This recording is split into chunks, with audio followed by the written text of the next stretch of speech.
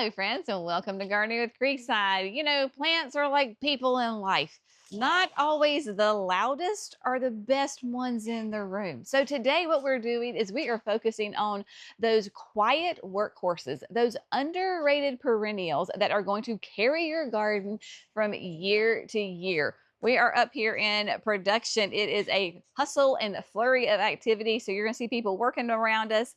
I might hear some beating and some bamming around here. But what we are focusing on are those quiet plants that you may not even notice sometimes in your local garden center, but absolutely deserve a place in your garden. We have got something for everybody. Doesn't matter what zone you are in. If you need sun, you want shade, we have got, I think we've got like 10 or 11 of these underrated perennials for you. So without further ado, let's go ahead and get started. So now, the first one is underrated because it's new. And so we're going to talk about this. So this is the Prairie Winds Brush Strokes grass. This is a schizocerium. Now, y'all, why do you want a grass in your garden? I tell people all the time, perennial grasses are so underused in the garden because it brings texture, it brings movement to your garden, and it is a really great I would say, I dare say 4-season interest plant, because even though it's not green in the wintertime, it still brings structure and movement to your garden. So brush strokes, like I said, is a schizocerium, a great tough grass that is going to bring some upright size in your garden, about 3 feet tall. And we like schizoceriums because they have a really, like I said, upright habit to them. They're not really what we would consider like a very flowing grass. This is going to be hardy in zones 3 to 9. Tons of you can grow this. I mean, if that is not just about the entire country, I don't know what is. And so it is going to be, like I said, 3 feet tall, about 1.5 feet wide, and has almost like paintbrush look to it, even when it is in full blooming, and it is going to be really cool. We've got some growth right here. Look at those cutie patooties. So brush strokes is going to give you that vertical interest in your garden. It's really fun because when the wind blows, it kind of sways and then pops right back up. Now, it gets its name because it has powder blue stems that will turn wine red in early fall. So where are you going to put this in your garden? Who are you going to pair it with? You are going to pair this with your other sun-loving perennials, your hibiscus, your Shasta daisies, your echinaceas, your rudbeckias. All of those beautiful sun-loving perennials will do great with your brushstroke schizocerium.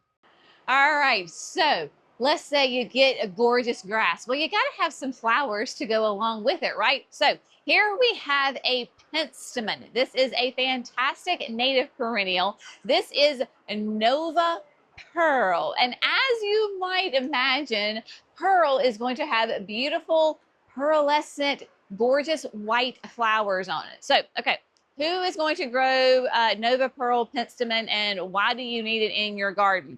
It is going to be hardy in zones 7 to 9. So my southern folks, this is going to be one for you.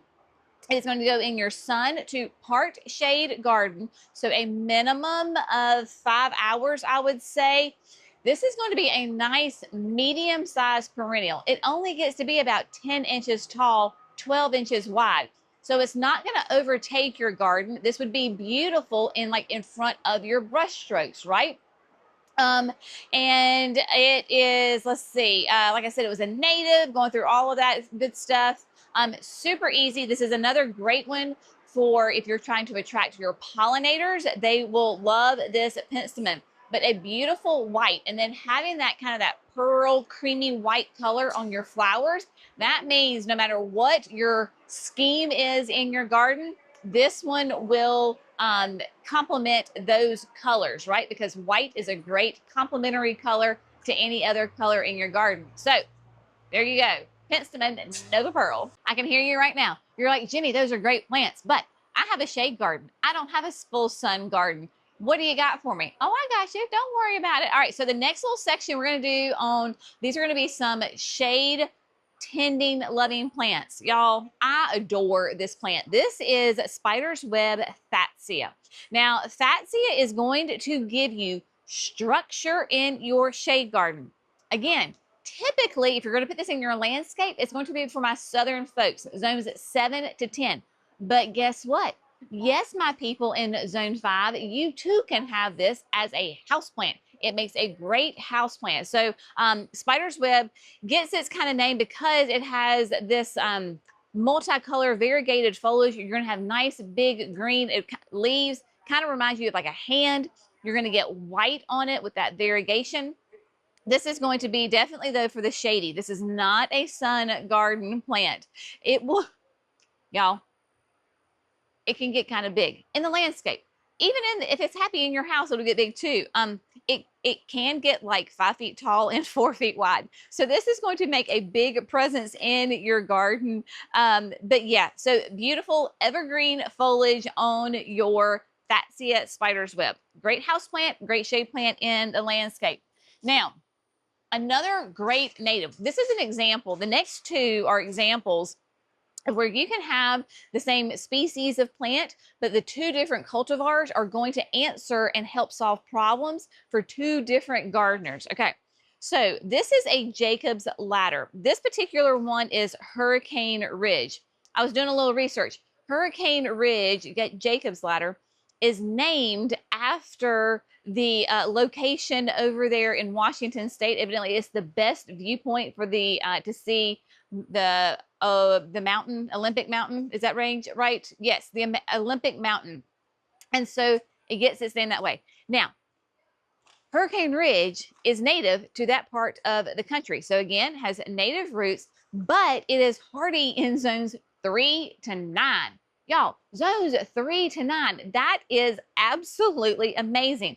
Now, you may look at this, and a lot of people will look at Jacob's ladder and they think it's a fern. But this one is really unique because it has these little tiny button leaves on it. It is the cutest little thing, but it will bloom these beautiful, nice, rich, deep purple flowers. It is going to be sun to part shade. So this is where you have to be a student of your own garden. If you're in zones like 3, 5, or 3 to 5, 6, I would say you can absolutely put this in full sun. If you're in zones 7, 8, 9, I would go more into the shade. It's going to be about 9 inches tall and 18 inches wide. So that's Hurricane Ridge. Now I want to show you same kind of plant, but totally different. So this is Proven Winners. This is Heaven Sent. So I just want you to look at the different leaf structure on it, right? Obviously, the Heaven Sent is going to be a little bit taller, but look at those beautiful leaves and those flowers. Absolutely gorgeous. People will come to the nursery when they see this and they're like, what is that flowering fern? Because it very much has, both of these have a fern-like appearance to them. Now, a little backstory. When Proven Winners first sent us these to try, I was like, there's no way I can grow this because it was only hardy to a zone 7. But I was like, you know, they're sending them to me. I might as well test them out. And y'all, this thing can handle it like a rock star in the shade. So it is still hardy in zones 3, but through 7, not as heat tolerant as the Hurricane Ridge, but it's going to be a good bit taller, 18 inches tall, 24 inches wide, and it is absolutely gorgeous. Now, ideally, it wouldn't be blooming in the greenhouse, but because this is such an early spring plant, it is blooming. So you can see there's going to be a little bit of time difference in your bloom between your Jacob's Ladder of the Heaven Sent and the Hurricane Ridge. Beautiful plant, beautiful roots. Look at that. So for my southern people, if you want to try this, I would even say put it in a container. This would make a beautiful container plant even after it flowers. So I just think that's so fascinating. Same type of plant, 2 different cultivars, 2 totally different looks to it. Now, if you were looking for some fun interest, yes, it will flower, but we are looking for a different leaf texture. We are looking for a different color completely. makes a great container plant. What am I talking about? I am talking about one of my favorite Heucheras ever, Southern Comfort. Southern Comfort gives us this beautiful caramel tones with some red. Look at the backside of the leaf. Look at that. Isn't that beautiful? So you get that caramely mustard golden color on the front and then that red in the back. Now, Heucheras are going to be hardy in zones 4 to 9, sun to part shade. Again, remember, be a student of your own garden. Zones 4, 5, and 6 absolutely can handle more sun. The warmer you need it in to be in shade. Mine get morning sun and afternoon shade, and they love it. I have had them in containers for years, and they do great. As a side note to my southern folks, Southern Comfort is a Velosa hybrid. So Velosa Heucheras are native to the southeast United States. We have wild Heucheras growing on our creek bank. These Velosa Heucheras that have the bloodline of Velosa in them can handle our heat and humidity. Not all Heucheras do really well in the south because of the heat and humidity. That's why we offer and choose the Heucheras that have the Velosa breeding in them. They are great. Southern Comfort, they will get, the leaves on these things will get massive. They're gorgeous, container or the landscape. And then you still have shade, but let's say you got a little critter problem going on. You got some rabbits, you got some deer. I can relate to the rabbit part. So you got your shade garden and maybe your hostas just get annihilated. Well, I want you to try Brunnera. Brunnera is a great hosta type perennial, but it is more deer and rabbit resistant, not proof, resistant, because it is very hairy. It has this fuzzy, it's not, I would say necessarily prickly, but it is a little bit. This is Alexander's Grape, and Alexander's Grape is like the industry standard for Brunnera. You get it, that is why it is a Creekside champion, as Jerry just said. Absolutely. So Alexander's Grape, like look at the veining and the variegation on that. This is going to be hardy in zones 4 to 9, definitely for your shade to part shade. It will get to be about 14 inches tall. Brunnera's, a fun little fact, will do true blue flowers in early spring. So they will put up these stalks, little tiny, like almost like a bell-shaped true blue flower. But Alexander's Grape, as his name suggests, gets nice and big and fat. So like 30 inches wide. So great option for your shade garden if you have little deer and, rabbit problems in your garden. Love this. All right, so we have covered tons of shade. Now, come on. You want to see some flowers? Let me show you some flowers, my friend. It is, end of February, beginning of March. We're all starving for color. Feast your eyes upon this beauty. Look at that. This is Gaillardia. This is SpinTop Mango. And this one is she's just an overachiever. Let's just be honest. In the greenhouse, putting out those beautiful flowers. Now, Gaillardia is another great native. Native plants are kind of like the buzzword here in the last year or two. And Gaillardias, when we go to the beach in South Carolina, Gaillardia is growing in the sand dunes, and nobody planted it there. It's just there. Jerry and I went to Wyoming end of last summer for an anniversary trip. They had the most gorgeous Gaillardia in their landscape. So this is like at the Grand Tetons, and then you have the same plant growing down on the beaches of South Carolina. You want to talk about a versatile plant? Gaillardia is it. Oh my goodness. It is hardy in zones 5 to 9. I wanted to say, yes, 5 to 9, 8 to 12 inches tall, right? So not a massive plant, but beautiful big flowers. Mango obviously gets its name with that gorgeous, rich yellow and orange color, about 12 inches wide. And if you struggle with watering all the time in your garden, Gaillardia is the plant for you. It loves it dry. If you water it too much, you're going to overlove it and you're going to drown it.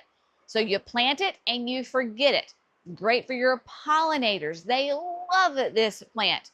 And it will be a continuous bloomer from spring in through to the summer. So there you go. And yes, there is a whole line of the SpinTop. So there's SpinTop Mango, there's SpinTop Red, there's SpinTop, I don't even know. But there's some more that are blooming, but big, massive blooms on them. There's one down there that's probably like 3 inches all the way across. Just gorgeous plants. If you want to keep them more tight and compact, obviously in the greenhouse where it's warm, you know, they want to kind of grow a lot. But we are going to come through and trim these. I know it's hard, but we trim these. Once you put them in your landscape and they're out in nature, they will have a tighter habit to them. Very nice and thick and full. So beautiful. Like, look at the roots. Like, this was just planted 2 weeks ago, maybe 2 to 3 weeks ago, and you've got these beautiful roots. Tough as nails plant for your sun garden. Extremely versatile for all the growing zones. So we've got that. Now, the next one. We're talking about those underrated overachievers. So several years ago, if you're a faithful follower of Creekside, then you know, you might remember our friend Kata. And Kata was our perennial rep for Walter's Gardens. And one time she was visiting us, and Kata is like, she's so stinking smart and knows all these things about plants, way smarter than I am. But she was like, Jenny, if you had to say what was your favorite perennial, what would you say it is? And this is the one I said. And she was like, what? Are you serious? And I was like, yeah, it really is. Let me show you. Come on. All right. If you know me, you know I love this plant. What is it? It is Ascot Rainbow. Now, this is a newly planted one, so it's little. But look at that foliage, y'all. Look at this. This is so underrated, underused in your garden. My gosh, if you are in zones, maybe a 5, but definitely a 6 through 9, you need Ascot Rainbow. It is going to be mostly for foliage, right? It will flower, but it's kind of a weird, different flower. You don't buy Ascot Rainbow for the flowers. You buy it for its beautiful, like vase-like habit. It is variegated. It has a kind of a earthy, I don't want to say like musk, but it has a certain fragrance to it. I personally love it because it's very, like, I can walk by and I'm like, Ascot Rainbow is somewhere near. It is a type of spurge, and so a euphorbia, but it has a very earthy fragrance to it. Personally, I love it. Now, this is going to be for your sun, is rated as a sun plant. However, I have found, even in my Zone 8A garden, that it can handle those shadier conditions. So, for example, how much do I love this plant? When we redid our front and side yard along the driveway this past summer, I put in a bunch of Ascot Rainbow closest to the driveway, so it does get a good bit of sun, but then it's in the shade for the rest of the day. Y'all, even in the winter with the snow and the sleet and the crazy cold temperatures that we have had, it is still standing up and it is gorgeous. So it also makes a great container plant. You are going to love it. It's going to be about 20 inches tall. Ascot Rainbow, great, great plant. If you're not growing it, you need to add it to your garden. Now, we've talked a lot about foliage and texture and movement in the garden, but sometimes we just need massive flower power. So I have got a plant for you that you are going to love. I guarantee a lot of you know this plant already, and if you don't, be prepared because you're about to get your socks knocked off. First of all, can we just admire the beauty of this foliage? It's absolutely gorgeous. But the foliage does not hold a candle compared to the flowers of Café au Lait Dahlia. So Café au Lait is going to give you massive flowers in a cream to pink. You're going to get this variegation of color on your flowers on the same plant. This is an absolutely stunning, gorgeous tuber perennial in your garden. In the cooler zones, you're going to need to dig up your tubers. In the warmer zones like I am, you absolutely can leave them in the ground. or in containers. They need well draining soil. They don't like to sit in a lot of wetness. You want Café au Lait Dahlia because this is going to give you beautiful flowers, cut flowers. Dahlias are going to be one of those plants that the more you cut, the more flowers it gives you. So if you want to call it deadheading, then yes, dahlias need to be deadheaded. I just think of it as a just massive producing plant that gives you huge flowers. And this dahlia is not going to be massive. It is not going to take over your garden where you need tons of trellising for it, because it's going to kind of max out in that 24 to 30 inches tall. It does benefit a little bit if you can stake it. Put it with a beautiful obelisk or something like that, and it will give you lovely structure throughout the season with beautiful flowers. Also, the more you cut the flowers, the stronger and the sturdier you make the plant, so you may not need to go ahead and stake it. So it's going to be about 14 to 20 inches wide, but you want Café au Lait for those beautiful flowers. Now, for my folks in the South, your dahlias tend to perform best when it has those cooler nights. So you will get flowers on it, but you may notice in the heat of the summer, July and August, that the flower production goes down.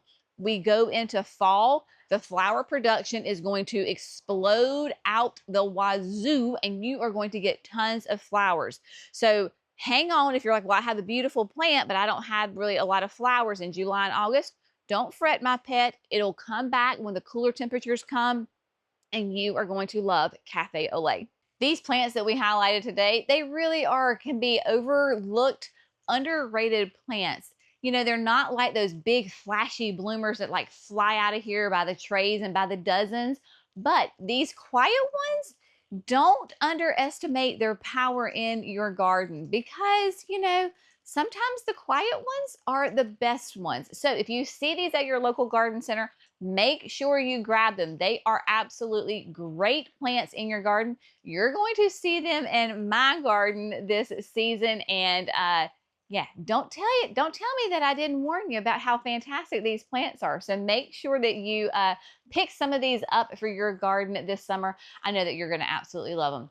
As always, my friends, we hope you have found this fun, informative, and inspirational. Y'all have a fantastic day. We will see you in the next video. Bye, friends.